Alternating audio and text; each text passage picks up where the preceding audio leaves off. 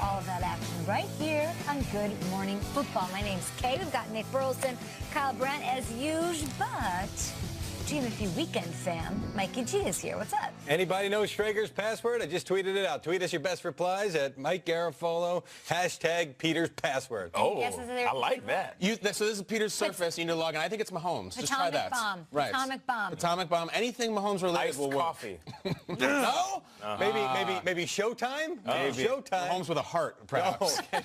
I've been deeper dive. You guys can tweet those answers at hashtag GMFB. It is time for the lead block. Time for the lead block. Let's talk Super Bowl, shall we? Tom Brady and Bill Belichick are one win away from their 6th Super Bowl ring as a coach-quarterback duo. We've broken down what another Super Bowl win would mean for the Pats. Let's talk big picture now. What would a win for the Patriots in Super Bowl 53 mean for the rest of the NFL and the landscape? And in Schrager's word, maybe this is it, the ecosystem of the National Football League, Mike. Okay, since this is Schrager's kind of deal, I'll take it first. What would a Pats win? It would demoralize the rest of the NFL. Yeah? Right. I mean, think about all the things that they went through this year. Tom Brady wasn't looking sharp because he didn't have his normal full offseason. Gronk wasn't the full Gronk. He had ankle issues. He had back issues. Something's off with this team completely. Josh Gordon, that situation was like a bomb in the middle of their season that went off there. Like that was the guy that they needed to be the guy down the field. He's 41. He's 41. He's getting and after all of this, they're going to win the Super Bowl? These scrappy underdogs are going to pull it off? Are you kidding me? Everybody else is going to say, when is this ever going to end? Maybe it never will end. Maybe it's just they built this culture. Yes, Brady's going to retire eventually, but then somebody's just going to come in and replace him. It's just going to be a fatalistic view from the rest of the NFL, particularly the AFC East, I would think. Well, you say that it demoralizes them. I say it's going to invigorate the rest of the league. I feel like they're going to see this and they're going to think to themselves, it's almost over. Okay. 18 consecutive winning seasons. Yeah. 9th Super Bowl trip. To put that in perspective, Joe Montana and Terry Bradshaw combined for 8. So if you're the league, you're sitting back and you're thinking to yourself, all good things must come to an end. And I feel like this is the beginning of the end. This isn't saying that the dynasty can't continue or they won't win anymore. But for me, it's about watching Brady do it one more time, watching Belichick do it one more time. And if you're the rest of the league, you're sitting back saying, okay, you guys got your final Super Bowl. Now let us get a piece of the pie. I tend to agree with Mike. If these Patriots win the Super Bowl, it's like the ultimate Nelson Muntz. Like, you look at this. This came out in New York the day after the Patriots got in the Super Bowl. Public enemy number 1, Tom Brady makes Super Bowl italics again. It's like they've gotten to the point where with the Patriots where everyone just wants to throw up. I think they're even past that point now where they've already thrown up and they're just numb. I look at the 9 Super Bowl teams that have gotten there for the Patriots. I think this is number 9 of the 9 teams in terms of talent and roster. I'll even take 3, if not 4, non-Super Bowl Patriots teams over this team. So it's like, I know they're good, and they're not. This Patriots team won the whole thing. I look at the 31 other teams, and aren't they like, we have good players. We have good football. We're scouting. We're at the Shrine Game. We're doing everything the Patriots are doing, and yet 18 years, flip a coin, we can't beat this team. It makes you want to be sick, but I think the resignation sets in, and I don't know if he's going to retire. Brady could have 4 more seasons in him. It's nuts. He's made it very clear that he wants to come back. So do you think he's more likely, let's say hypothetically, if you're Tom Brady, more likely to walk away sooner than later if he does grab this ring or if he doesn't? I think less likely. Like, I think there's something we have as sports fans over the last 20 years that you start to see an age someone is, and you know, well, they're going to retire. Montana, Marino, you get to your late 30s, you're almost done.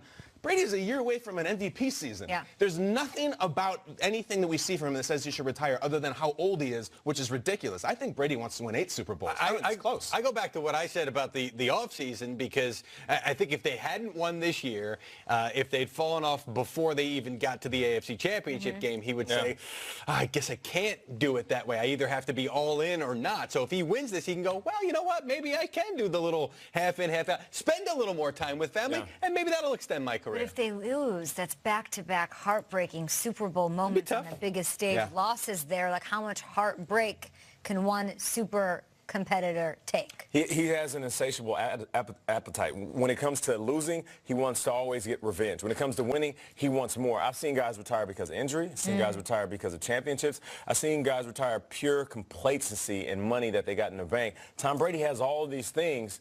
He's had all of these things, and yet and still, here he is again in the Super Bowl. And I guarantee, regardless of the outcome, win or take an L, he's going to come back. And he's going to be in the playoffs once again, and he's going to contend for a Super Bowl once again. Well, Kyle, let's flip it to the NFC side of things. And what would it mean for the NFL if the Rams get a win in Super Bowl 53 in Atlanta?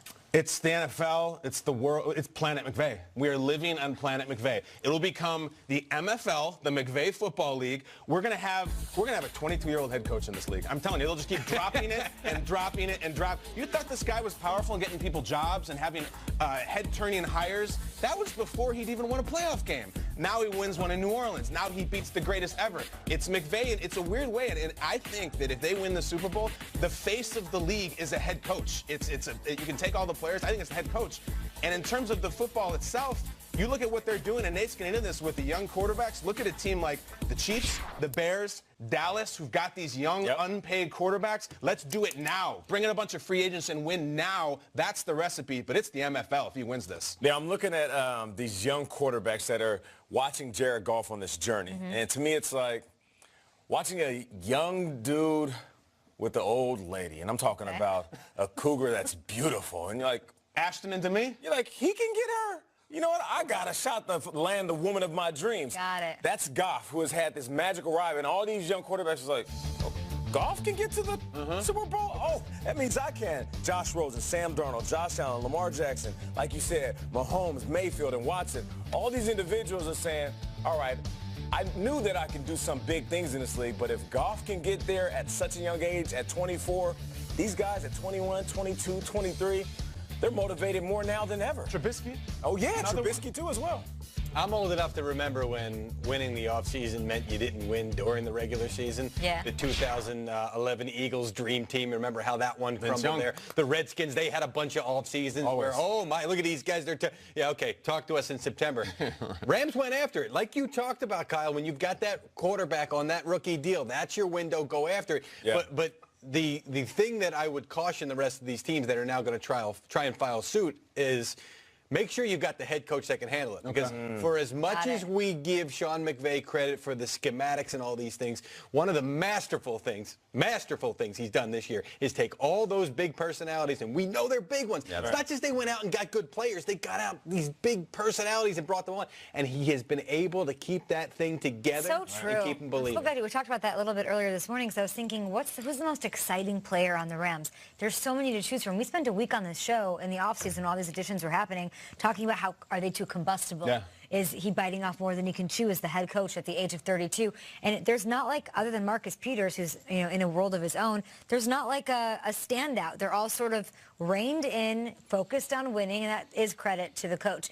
I look at this a little differently, though, both sides, whether the Rams win or the Patriots win. Guys, I have weird feelings about the new wave of quarterbacks coming in and sort of having to bid adieu to the guys that I fell in love with in this game. I was like late 90s. I missed that wave of like your Elways and your Aikman and your Steve Young and your Marino. Like I didn't have to see them go away. I grew up with Drew Brees and I don't know an NFL without Tom Brady. So to whether he wins or loses, to sort of have that mortality behind that, Phillip Rivers, Drew Brees, all those guys, to have to sort of deal with them eventually going away, I think is sort of why I'm so resistant to these young quarterbacks in the league right now. I'm figuring this out. Like, why did I want Drew Brees up against Tom Brady in the Super Bowl? Because those are my guys. Like, I want to see one of them get it, or I want to see Brees get another one, or I want to see, like, I was so high on Phillip Rivers because I remember being in college and being like, he's so feisty. I love him, or high school, all of it. Like, he was it for me. So it was very weird. I've never done, you guys are going to have to like emotionally help me through this